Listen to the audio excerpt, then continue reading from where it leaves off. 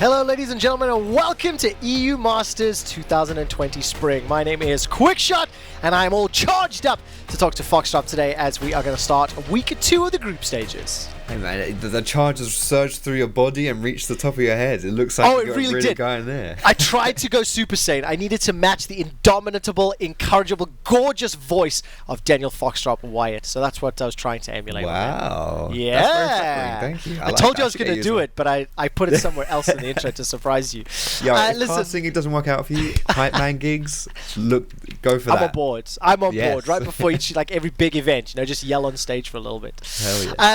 I'm going to turn to script for a second. Last week we completed the first half of the round robin. We saw teams from 3 groups playing each and every day. Now in the second half of the group stages, each day will focus on a single group and will finish their round robin. If there's only one tiebreaker to be played, we will play it at the end of today's broadcast, and if there are 2 or more tiebreakers, those will be played on Sunday.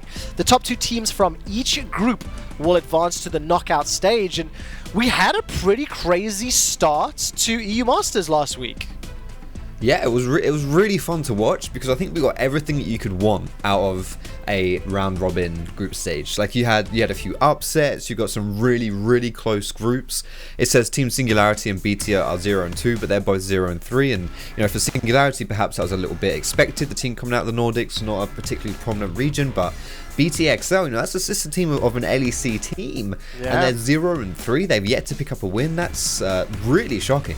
And technically that's a 6-game losing streak because they were reverse swept from the UKLC.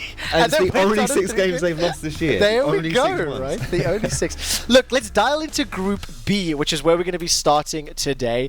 Vodafone Giants currently sitting 3-0, LDLC 2-1, and then obviously Rogue and Defusekids. You've got a pretty clear 1, 2, 3, 4. Yep. But this could get very interesting because the very first game is Giants versus Defuse. Yeah, the 1, 2, 3, 4 on paper right here as you're looking at it is very clear, but the way that the games have gone has really been anything but. We've had a lot of close games.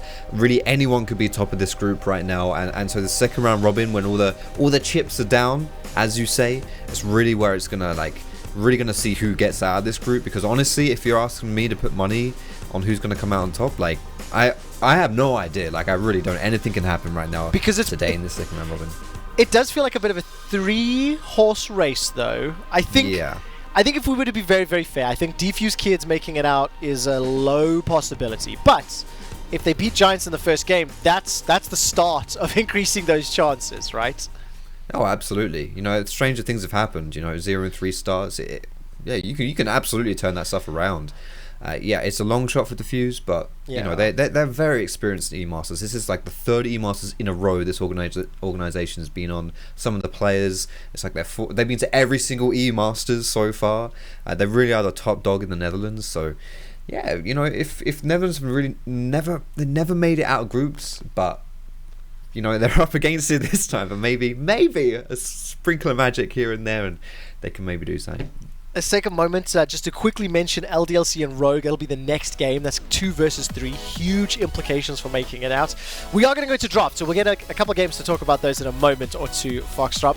Straight out of the gate, the Antonio, his Cho'Gath is banned away. We were talking about it during rehearsal today, and I had to apologize to all Cho'Gath mains around the world because it was awesome watching Cho'Gath last week, and I thought it was going to be boring as hell. Yeah, the Antonio makes it look interesting at least. I'm not sure how he does it, but it's magician up there in the top lane. But the Antonio is like the anti-Soaz. He is the dog champ master. You stick him on. He's played Sion. He's played Poppy. Obviously, this Cho'Gath gets picked a lot. He is like the definition of a low econ top. Plays weak side. Allows Vodafone Giants to focus more around mid and bot, which. It's good because Attila has really been popping off so far in EU Masters. Yeah, I'm very excited to cast Attila. It's been a long time for me personally, and I want to see what he can do.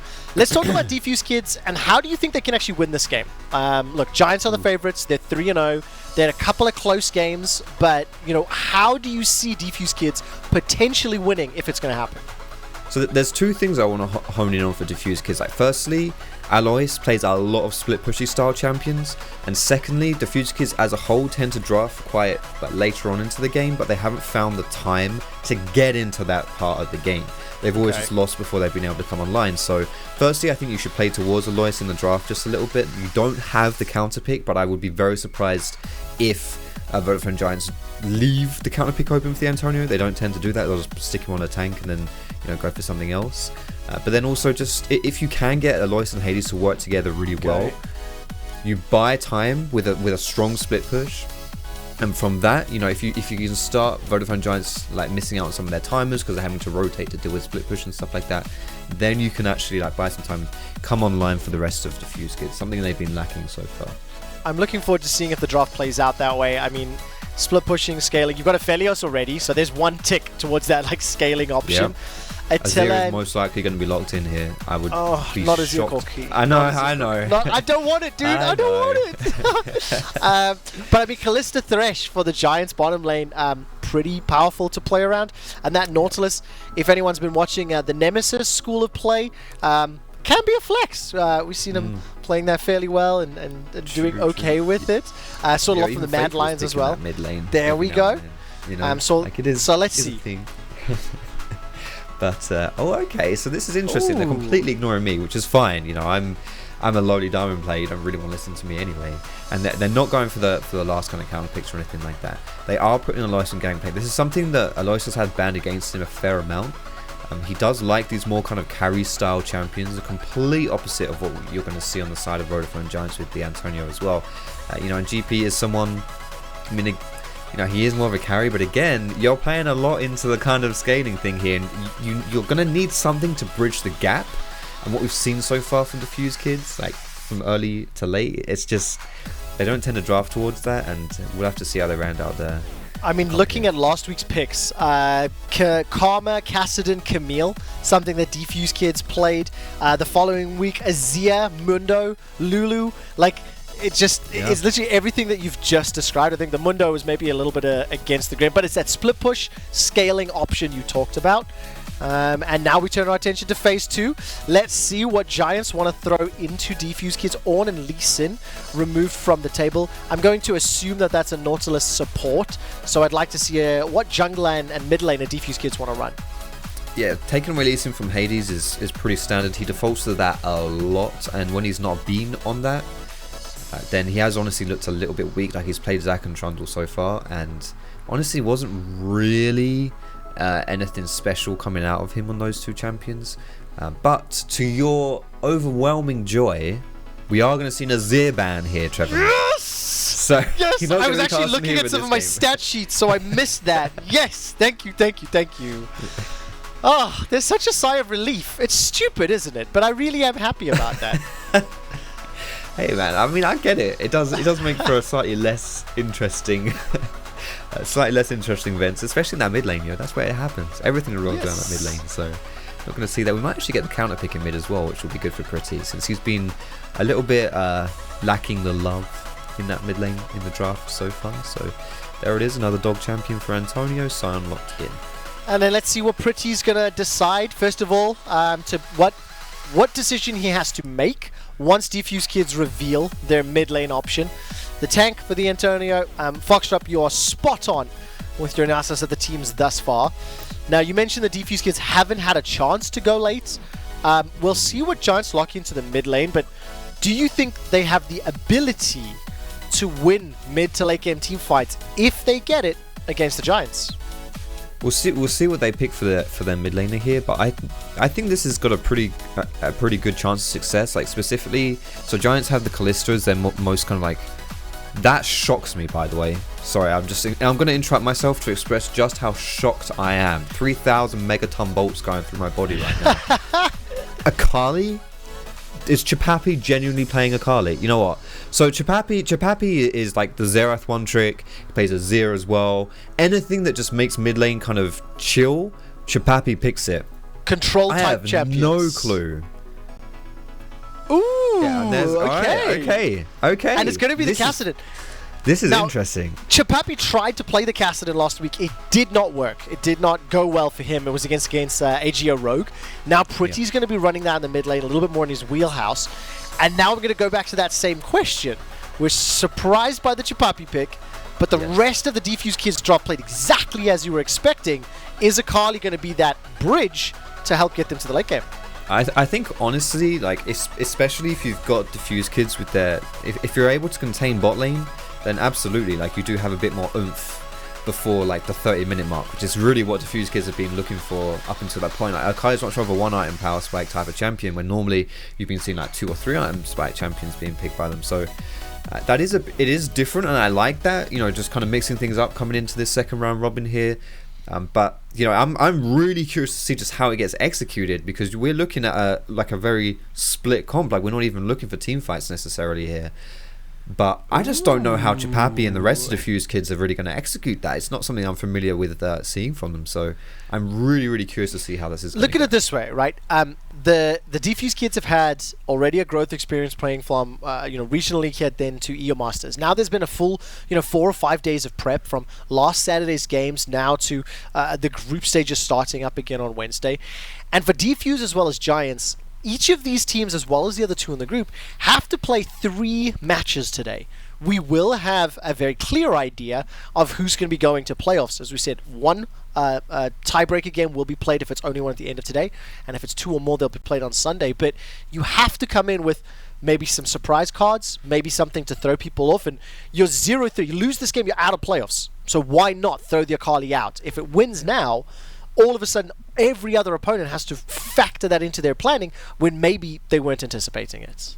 If you know what exactly is, if you know your existing strategy hasn't been working, what do you have to lose, really? Like, yes, you know, and I agree with you. I think that Defusekids have to change something up here, and I'm really excited to see how it actually gets executed, because I wasn't expecting it, at least. And it's like, it's one of those situations where sure, you're kind of playing away from comfort, sort of, but at the same time, if the other team, like, we have to remember as well, like, these are teams that come from regions that are probably they don't even look at each other in the regular season, and then you get to E-Masters and suddenly you have to cram all this prep in. Like, what does the Netherlands play? What does the Dutch league play when you're like the top seed out of Spain? Like, they just don't know. And so all it comes down to is the prep, and if you haven't prepped for a potential like this kind of thing, maybe that gives you the edge as well.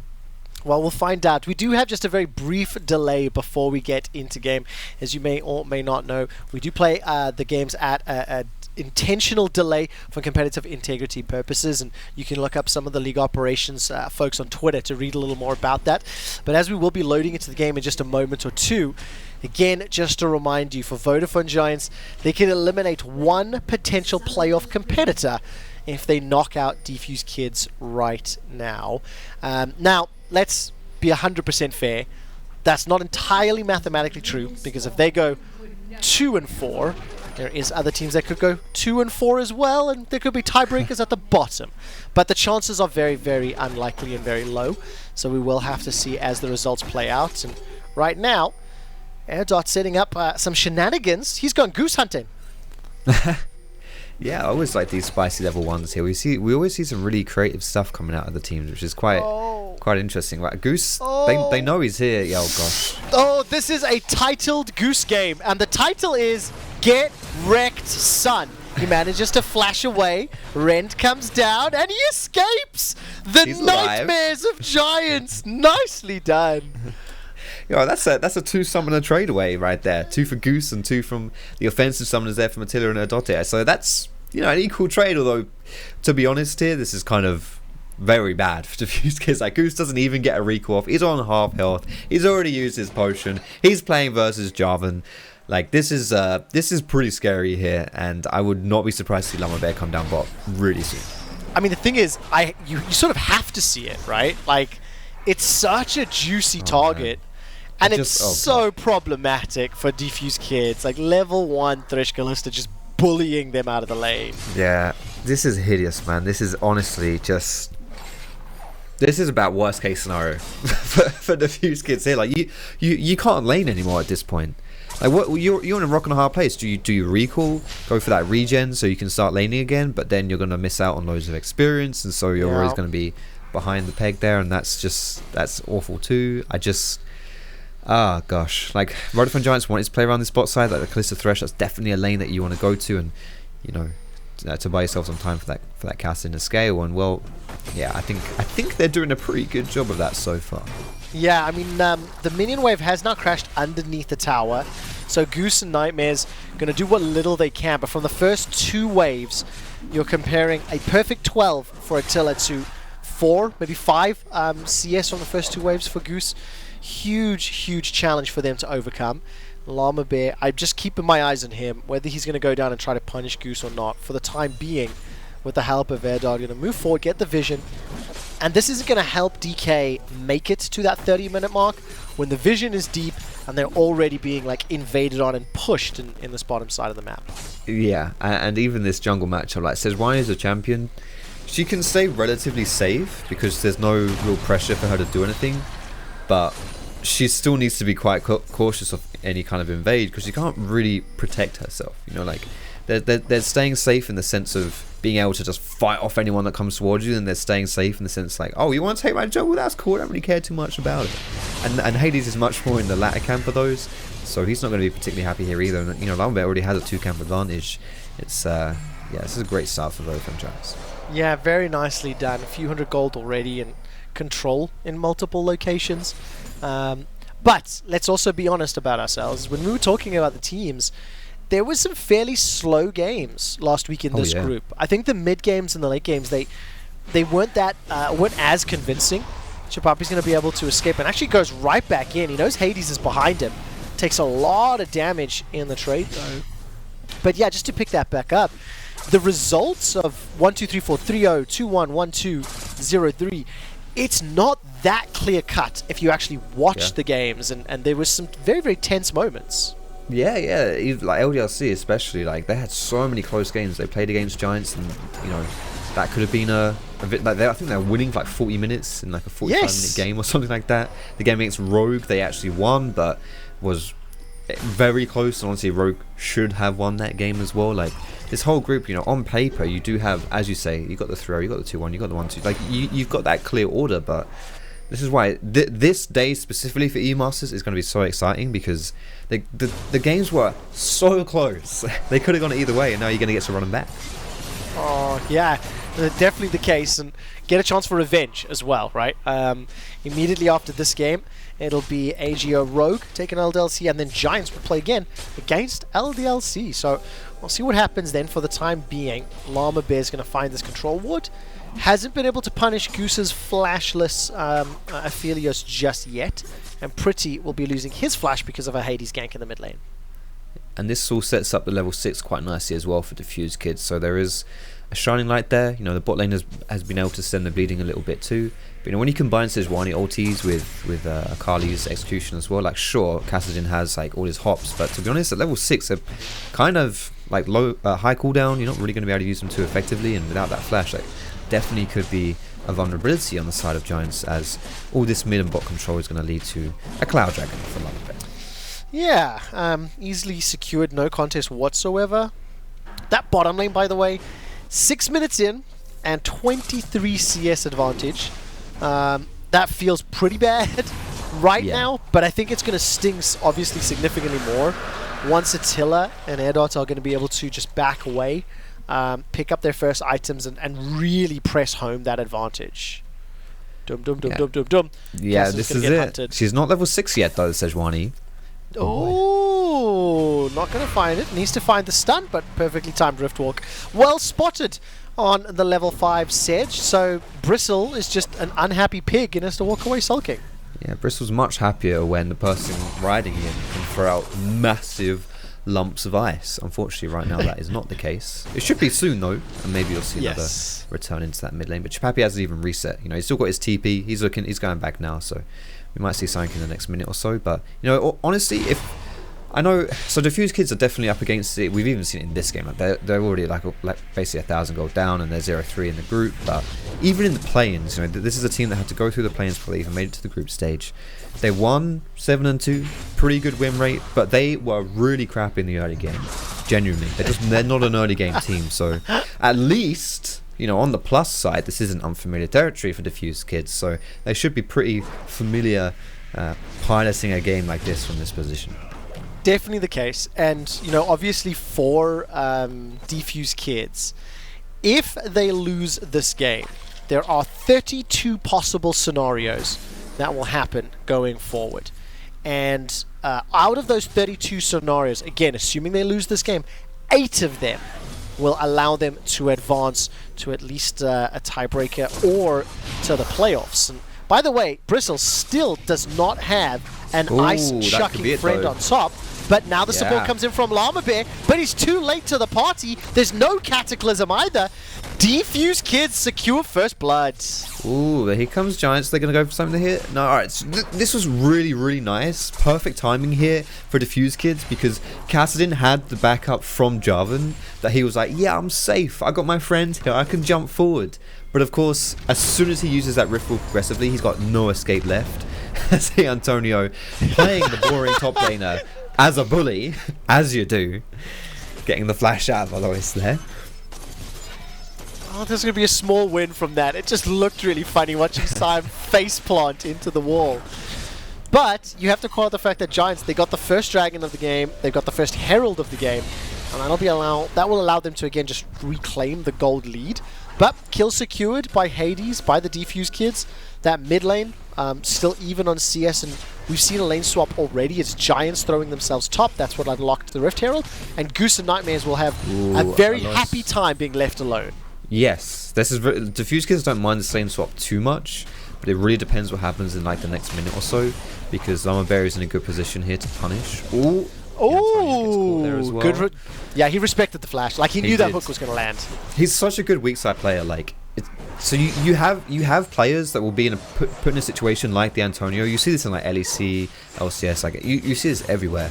Like they're not used to playing in these kind of scenarios where they're the ones who have to like chill out and they're the ones who are getting picked on. And so they would just walk up to the tower, wouldn't even respect the fact that they could be getting ganked there. And then they just die. And you see it so many times, top laners who end up with like 6 deaths in 10 minutes. And it's like, oh, it's not his fault, he just got camped. It's like, okay, but, you know, you can still lose gracefully. Correct, and, yeah. You know, and the Antonio's good at doing that, so... I think that was a really good addition, Foxdrop, like losing gracefully, conceding where you need to and being aware. But it also is a challenging thing to master. Because you can only practice it in this environment, and when the team comps sort of, you know, are aligned that way, and when your opponent wants to kind of pressure you, you know. So there's a lot of factors that go into it. But the Antonio is definitely one of the top laners from last week that I do remember. I think it is, again, particularly Cho'Gath. Me being yelled at by all Cho'Gath players came to mind. But once he eventually gets unlocked, combine the Sion, the Jarvan, the Kassadin, as well as a Fate's Call from Kalista, there's a lot of go forward, want to go fast, want to start fight buttons on the Giants side, and they've got themselves 1,000 gold lead in the tower.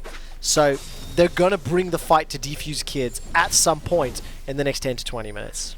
And this is where Defusekids with their team comp probably don't really want to group up a huge amount, because, you know, Antonio's got no flash now. Here come Defusekids.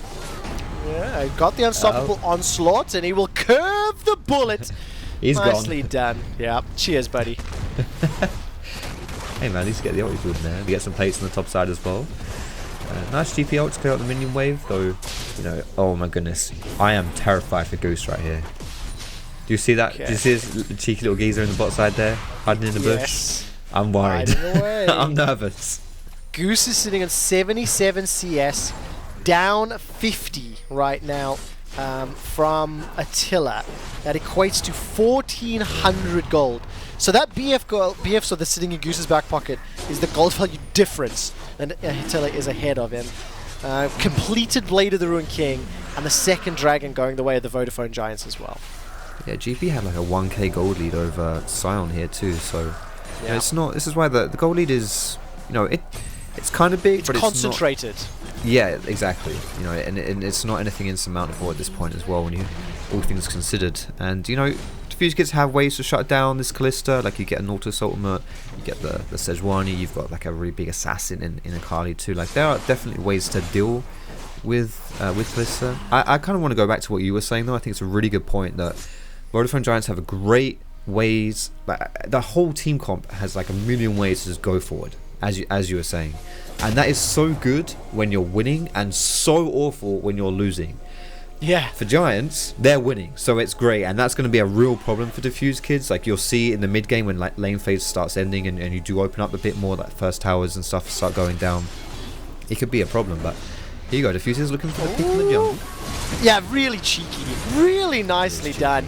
They will get themselves a red buff. They will get themselves a kill onto Lamabear. But now they need to get out. Chapapi's going to flash over the wall. He's gotten chased down by a Riftwalk and a Fate's Call. Throws out the shurikens, but there's no camp to dash to. The flash flay is the stuff of Nightmares. How did that hook connect? Nightmares gets pulled backwards. Moonlight Vigil will buy some time from Goose, and he's got the chakrams out. But here comes the Antonio. A decimating smash will turn Goose into an egg. And despite the fact that Erdote goes down, 4 members of DK are down. Ah, man, yeah, that they tried, you know, they tried to make the proactive play, they tried to get the pick, but holy moly, Giants just, they flicked that switch, you know, and that engage that we were talking about. You have the Kalista engaged with her ultimate, Sion TPR as well. Like, it's just terrifying. You've got to, Defusekids want to take these in and out fights, and they were able to get in, but they were not able to get out. A really good response here from the Giants. So you're going to see Lamabear goes down, but you know, they're waiting, they're ready. It's painful. I mean, it sucks. I didn't look at the minimap myself right at the beginning of the play, and I felt so good for Defusekids getting themselves a pick, you know, pushing a little bit into the enemy jungle. But when you notice that the mid-outer turret still alive, top outer turret still alive, there was still vision in and around the jungle there for Giants to peel back towards. It just ends up, you know, punishing Defusekids, and they're now down 2,500 gold. They're already down 2 dragons. It's an Ocean Soul that Giants are playing for as well, so Defusekids cannot concede that buff. Oh my goodness. Yeah, that reminds me of, so shortly after the game versus, I believe it was LDRC, with Defusekids, it was relatively close, but they were up against an Ocean Soul that game as well, and eventually, they weren't able to win. There was a great tweet from Chapapi, their mid laner. He's pretty here, should be able to just dash away. Oh, okay, we're going for this one. Nicely done, James line over. Yeah, so they ran him down. He was slow and steady, but back to the Ocean Soul. Back to the Ocean Soul. He did a tweet that it was three words long. Okay, the last 2 words were Ocean Soul, and the first word began with the letter F. I won't go into any more detail, but that was his tweet. So the fact that he's up against that again this game is I'm sure he's not too happy to see that one. Can I just clarify? Was the last letter the letter before L? Wait a tick. A B C D L M. Before L. Yes. Okay, cool. I believe so. Fox, thank you so much for going through the alphabet. I was hoping that was. I have to do it every time. I just. I just. Facts. Like everyone can relate to that. Like honestly, if you say you don't, you're lying. And super crucially, by the way, while we were telling the Ocean Soul story, Pretty did get ganked and died. The kill bonus went over to Hadess on that Sejuani. So the gold is still relatively close. Yeah, 4-1. If he is able to be a frontline, if he is able to survive long enough, you know, to buy time for Chapapi and Goose, that will be crucial for how Defusekids want to try to bring themselves back into this game. If they lose this game, only 25% of remaining scenarios have them making it towards that playoff, even for a shot at playoffs. And looking at it even closer, it's even less than that when you take a look at some of the other results. So they really need to win this game. That was an exceptionally optimistic breakdown of how the kills have gone in this game. The fact that he'd be very tanky and buy time for his team. Hey, I'm doing my best, dude. I'm doing my best. But when Chapapi gets hooked by the death sentences in his shroud, it definitely throws out some doubts. Yeah, it's scary. And you know, this first dragon of the game went down so early that, you know, Defusekids, all they've needed this entire tourney is time, and they're not going to get any more in this game. Yeah. So Alois is getting a bit bullied down from Pretty, but okay, you're going for the contest. Let's see what happens here. Okay, that is a fantastic prison onto Attila. He's forced to flash. He's down. He's down. Alois is the one that does it. He gets himself a double with perfect execution. The Defusekids find themselves 3 quick kills. Goose is looking for number 4. Not going to find it just yet. The Antonio is going to flash away. And Defusekids will open themselves up on the Dragon. That was the team fight that you promised me would happen, but it happened 10 minutes earlier than expected. I'm so honest. So I am biased. I'm just going to say this. I'm biased. I love Defusekids. They're always the underdog. I'm friends with some of the players, and I've just got to say, bloody finally, they've done something before 30 minutes and not just bled out and died. And that's the power of the one spike champion that they picked, the Akali. Look, she's got the Gunblade. She only needed one item. If you're playing like a Zir or Kassadin or any other scaling mid lane champion that the Defusekids always revert to, you can't make that play. And finally, they're able to find a bit of like an earlier timer there to do something, and beautiful team fight. They're also able to take away the Dragon, which is nice to deny that from the Giants. And I thought this was going to be a bit scary because you got Antonio flanking from topside, but an amazing engage onto Attila. I said they had the tools to deal with Attila, and you're seeing it there. Like, he does not last long if he's caught out of position. And you know, I think it's only going to be easier as well as the game goes on to find that Kalista. It doesn't really get much harder. She's not a champion particularly known for being able to keep herself safe, and unless she can play around those Thresh lanterns, she's going to be a sitting duck for the rest of this game until she buys her sash. Yeah, and it doesn't help that at that time, it was only Lamabear and Attila in the river, right? Like, the rest of Giants were a little split up. They weren't really in position for the fight. So look at now the itemization, by the way. 3-0 Gangplank with an Essence Reaver and Trinity Force already completed at 18 minutes. The Giga Tanky Hadess, you know, he's already in a super beefy position. And now they just need Chapapi and Goose to continue to scale. Infinity Edge on Goose. We know Chapapi's got some burst, and there's some fairly squishy targets on the Giants side. So with that Gunblade and Sork Shoes, can do some work. He just needs to make his way around the Antonio and Lamabear. Yeah, and now that you've got a bit more control of this game, it's easier to move around the map, to deny vision from Giants, to put your own vision down, and then when you start kind of gaining advantages in the vision game, you can start making picks, which is exactly what Defusekids want to do with the Sejuani, the Nautilus, the Assassins, that kind of thing. So this does give a lot of, like, it's almost feels like a bit of a flick switch here for the way that Defusekids can actually play this game. It becomes a lot easier. It's pretty back to free. That's rude though. That's just so annoying. You know, just interrupt the recall. But I mean, look, we're 20 minutes into this game. Defusekids are, as you mentioned, the underdogs, the champions coming out of the Dutch region there to play through play-ins. And frankly speaking, their play style allowed them to get exploited a little bit in the first week of play. Giants, on the other hand, champions coming out of Spain, out of the SLO, they are looking comfortable right now with 3-0. They are 1,000 gold down, but they've kind of got the track record to give them the benefit of the doubt as you enter the mid and late game. And now we see whether or not they have the mentality and the fortitude to live up to, you know, the performances they showed us last week. Yeah, the average game time for Giants so far in E Masters has been like 40 minutes, which is a whopping like 7 minutes more than... Was that Science Zone? That was Science Zone, okay. It was. a bit miscommunicated there. Maybe just wanting to interrupt me. I mean, players love doing that, right? They do, but sending a message. When casters are saying something and they're like, do not curse me, bro. Do not curse me, bro. Exactly. Just cut us off whenever they can. So yeah, you know, we're only halfway into the Giants' average game time so far, and you know, definitely used to. I think, you know, when you are the champions that are coming out of a league like the Spanish league, which is one of the best leagues, you know, regional leagues that we have. You've got the ADC sister teams in there. You've got previous winners coming out of there. They pretty much Mad Lions. They won in 2018 summer, and they were essentially the whole roster 4 out of 5 was promoted to the ADC in SK, and I believe didn't they make the playoffs in their first? They did indeed. You know, like they were. We've had an exceptional year and a half with rookies coming from the ERLs and from the EO Masters on the big stage. This year, obviously, the Misfits roster as well as the Mad Lions roster really stepping up and showing what these guys can do. I mean, when we were promoting you Masters on the LEC broadcast, the wording that we were using was see the stars of next year, see the future superstars play today, and that's what these guys are, you know, not only making statements for their countries and for the leagues that they represent, but also looking to show off and looking to make the way to the big leagues. And it starts by winning the games that you need to win. And for Defusekids, surprising every European viewer with a win today is what they want to do. But that is not the setup for the fight that you want. Giants may want to re-engage. All of the cooldowns from Defusekids are popped except for that Moonlight Vigil. I think Chapapi wants to go back in, and Giants, they're playing this one safe. They also burned a lot retreating from that fight.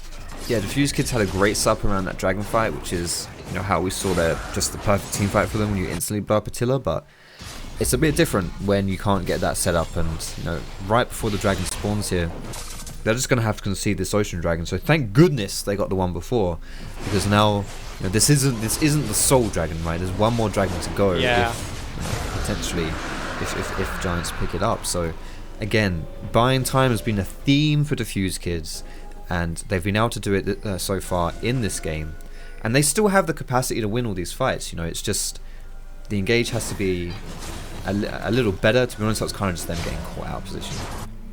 Yeah, I mean, at the end of the day, for the Defusekids, you mentioned it several times as well, that they don't really want to put themselves in those 5v5. They've got some abilities to play those side lanes.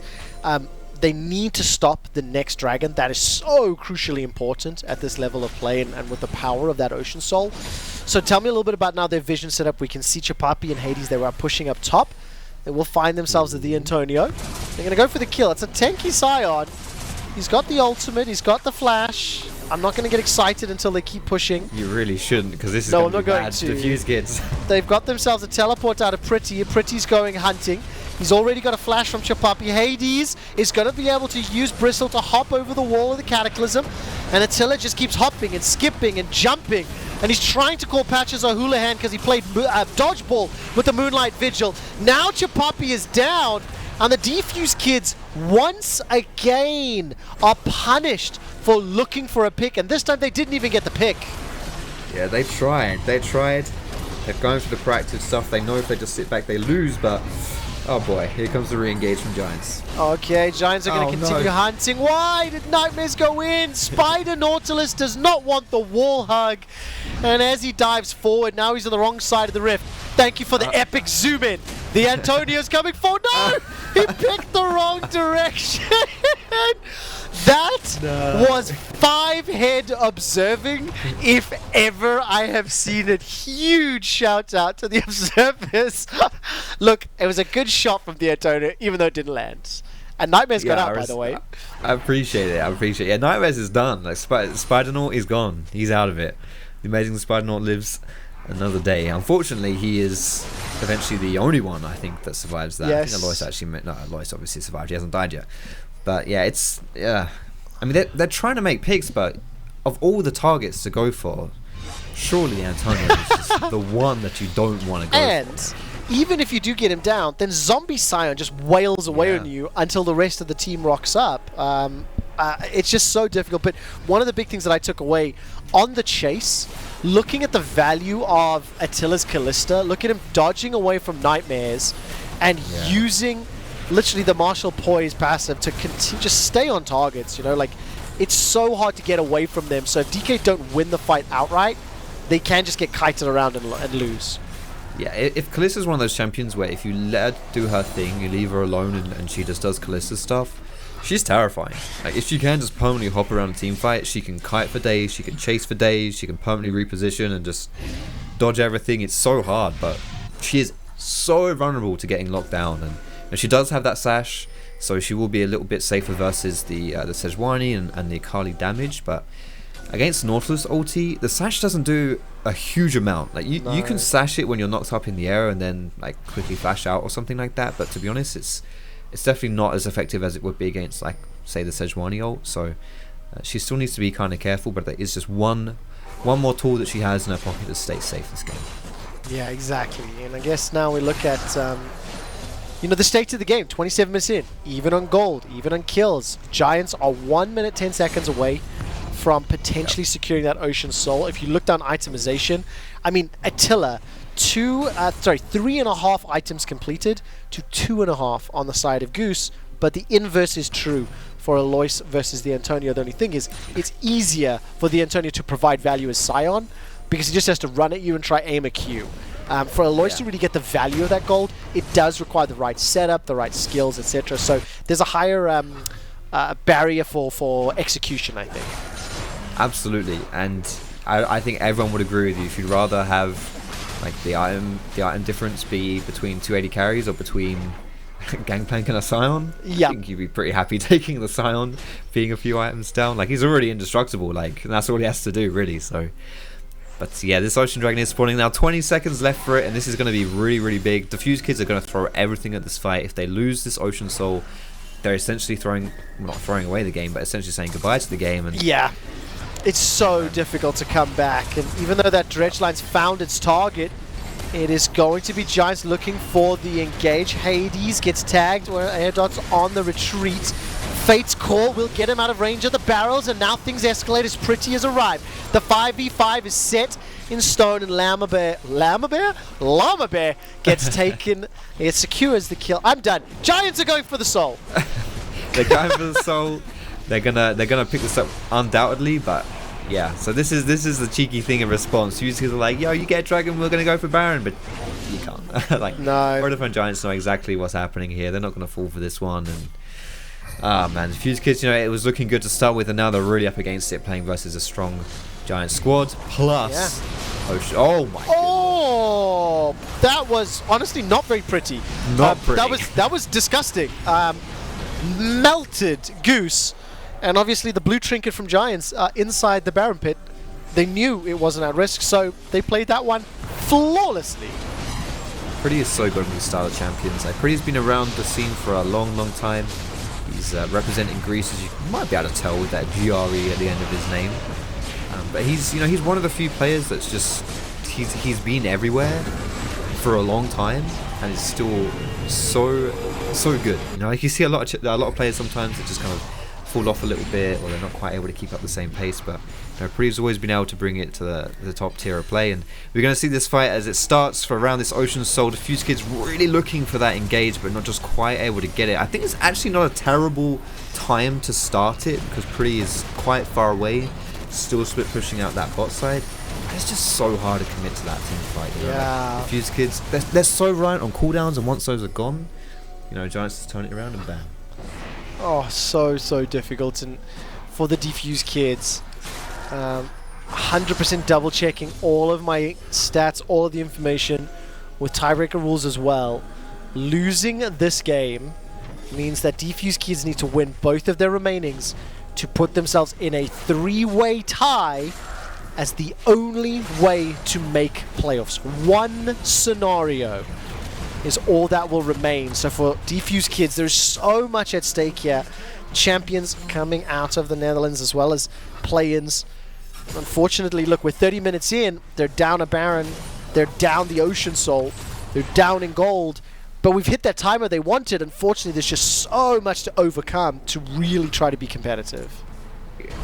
I do like what they changed around in this game, like getting that Akali. They were able to be a bit more competitive earlier on, but as you're saying now, Ocean Soul plus Baron, alright, we're getting another fight.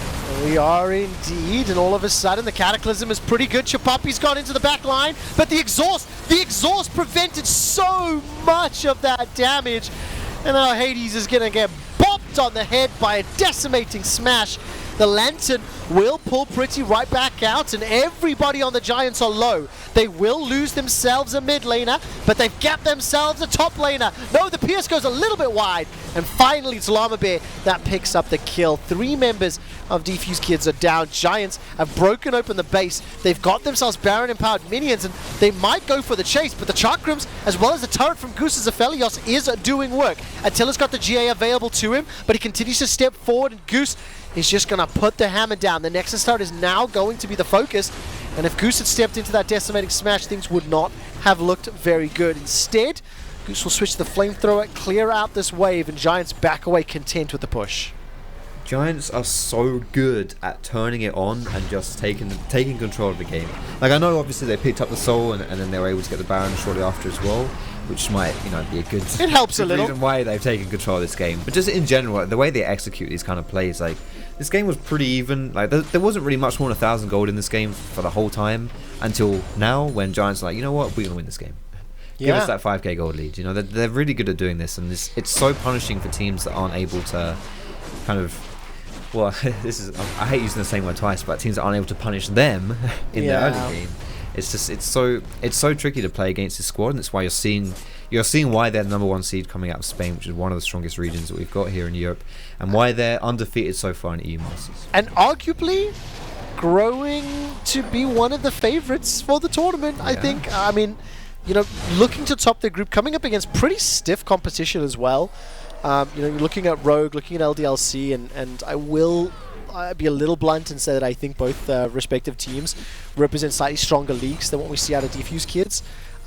However, Defusekids have made the Giants work today. They've made adaptations in their game, and now for Giants, a statement here, if they close this out, puts them at 4-0, puts them in a very comfortable position because they get to watch Rogue and LDLC play. Giants are only going to be playing on the back half of the day, so they've got some time to review the footage of their opponents, do some prep, and try to look for that perfect 6-0 in the group stage. Yeah, that's true. Our next game will be the LDLC versus Akali Rogue. So, yeah, I mean, they're the only 2 remaining opponents after this one, as you say, being able to do a little bit extra prep, which should come in handy. But again, I'm still so pumped to see those games. Like, they were so close the first time around, and I think they're only going to be closer really as teams make more adjustments after the first round robin that we had last week. And Giants really are, for me, stepping up and seeing this. For me, they're about as favorited as Mad Lions were in 2018 summer, and they're really showing the strength of this SLO region. Yeah, I completely agree, and I think one of the things that is quite fun is that Defusekids get to play huge spoilers, right?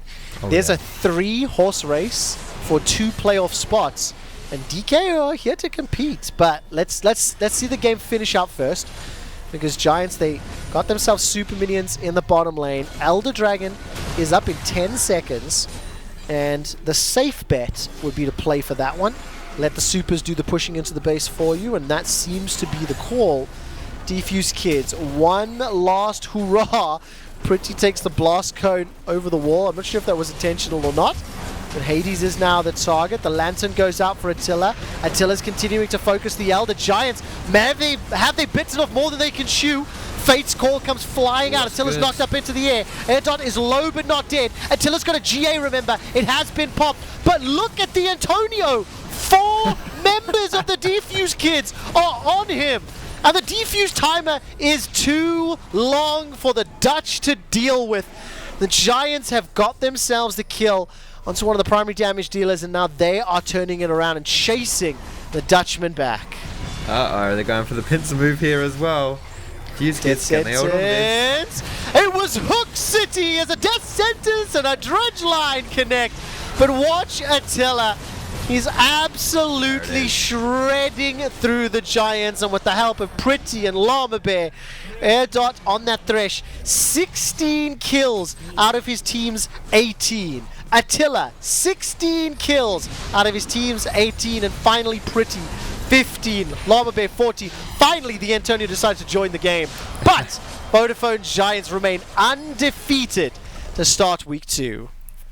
And if I'm LDLC or Rogue, I am sweating buckets after watching this team. Like, they're looking really solid, and we said this is a 3-horse race. Defusekids still technically can make it into playoffs, but it's going to be quite difficult for them to do so. But either way, like, if you're looking to come out as number 2, like, this next game, especially between Rogue and LDLC, is so incredibly important for the way that this Group B shapes up. Well, when we come back from the ad break, we will be talking to Fearless from the Giants. The team sitting in 4-0, sitting in a very comfortable position, looking at the playoff race. And, of course, we're coming back with AGO Rogue versus LDLC. A lot of the line for both of those teams, and now Giants get to sit back and watch the 2 strongest opponents, figure out what they want to do against sort of each of them. And you cannot put a value on or you cannot explain how valuable that is to a team that's this close to playoffs. Oh yeah, definitely. It's gonna be. Oh man, I'm giddy. I'm giddy as we come into the next few games. I'm ready. Yeah, definitely the case. Well, listen, we're gonna go to an ad break, and then Foxtrot and I will bring you that interview as well as all the action. See you in a minute.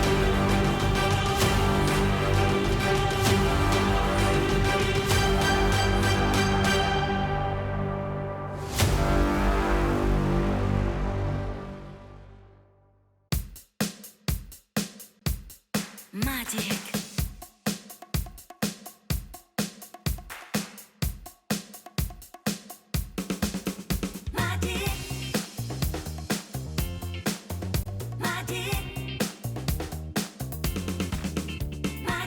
Vous comprenez maintenant pourquoi j'ai créé la Magic? En un clip, vous devenez Magic. La monture avec ses 2 clips pour 149 €. C'est Magic. Dispositif médical.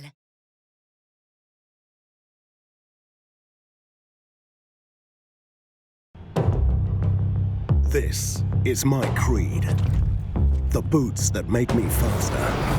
The items that make me stronger.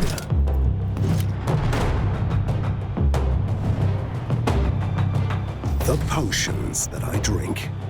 I get the best to be more powerful, so my champion rises to the top.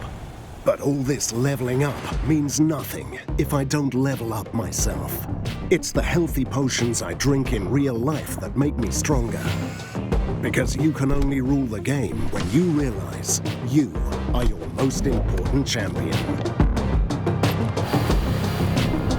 To play like a pro, eat like a pro.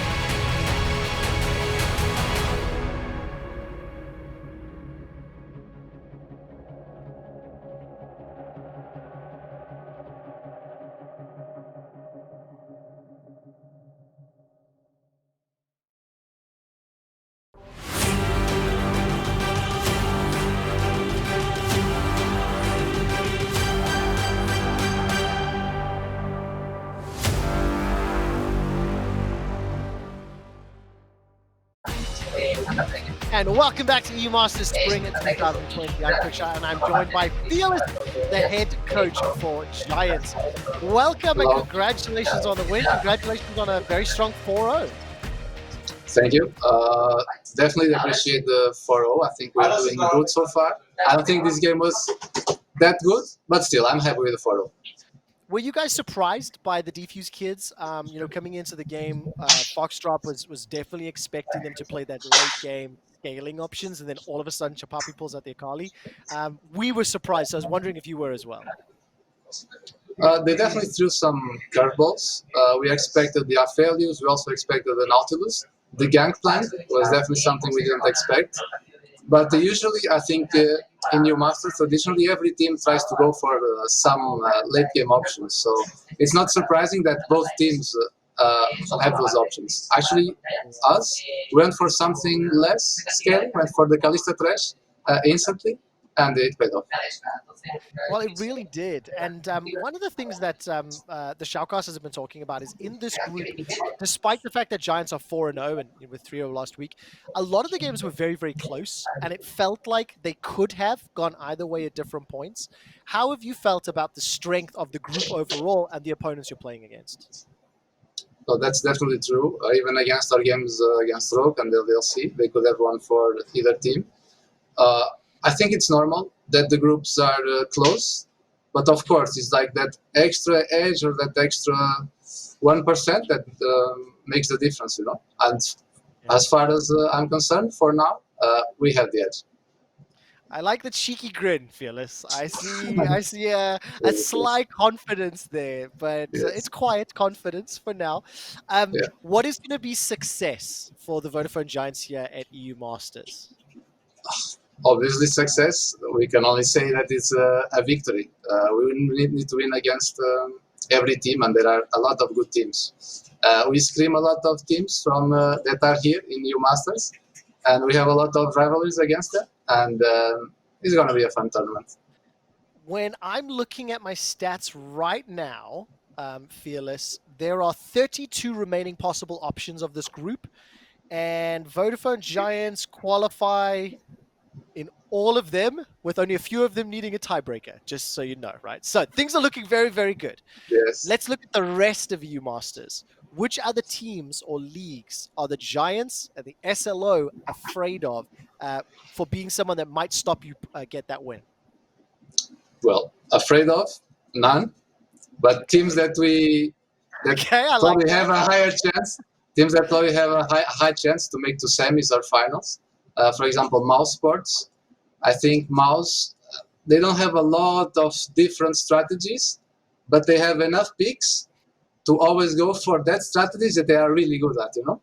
So Mouse Sports definitely, Schalke Academy, Movistar, Rogue are also good. There's a lot of good teams. Do you think the German league, the Prime League, is kind of continuing to be one of the top contenders? Obviously, with Berlin International Gaming winning the last EU Masters, the DACH representatives, the Prime League, would like to keep that one up. Whereas obviously SLO, Spain, they want to take that back. How do you rank the regional strengths? No, definitely German league is a very strong league, and they are the favorites, kinda, because they won the previous edition, and they have really good representatives here right now. But what I like about them is they play very aggressive. They play the LeBlancs, the Akalis, the Rakan, the Jarvans, go forward, and that's what I like about that region. Compared to, for example, Polish league. I mean, we played against Rogue, and it's the traditional Varus, Tamken, Shazir. It's different. It's different. I love the flame. Listen, quickly, give me a prediction. AGO Rogue versus LDLC. It's the next game. Who's going to win? It was a rough one. I would say Better Draft will win, but LDLC. I'll go with LDLC. You're going with LDLC. So we will be open and 1v9 is There we go. I like it. I like it. Listen, Fearless, do you have a message for any of the fans? Obviously, we're speaking to an English audience who may not know you or the Giants as well. Quickly say something before we head to an ad break. No, just want to thank everybody for the support. It really means a lot to us. I hope we can put good games for us, even if they are not clean. I hope you have fun watching us and keep cheering for us. And see you soon. I just want to say thank you, Felix. This was a very fun interview. It was great seeing the little cheeky smiles. I appreciate it a lot. And I will see you later in the day for your game against LDLC in a moment. For now, we're going to an ad break. When we come back, Rogue will take on LDLC. Cheers, everyone.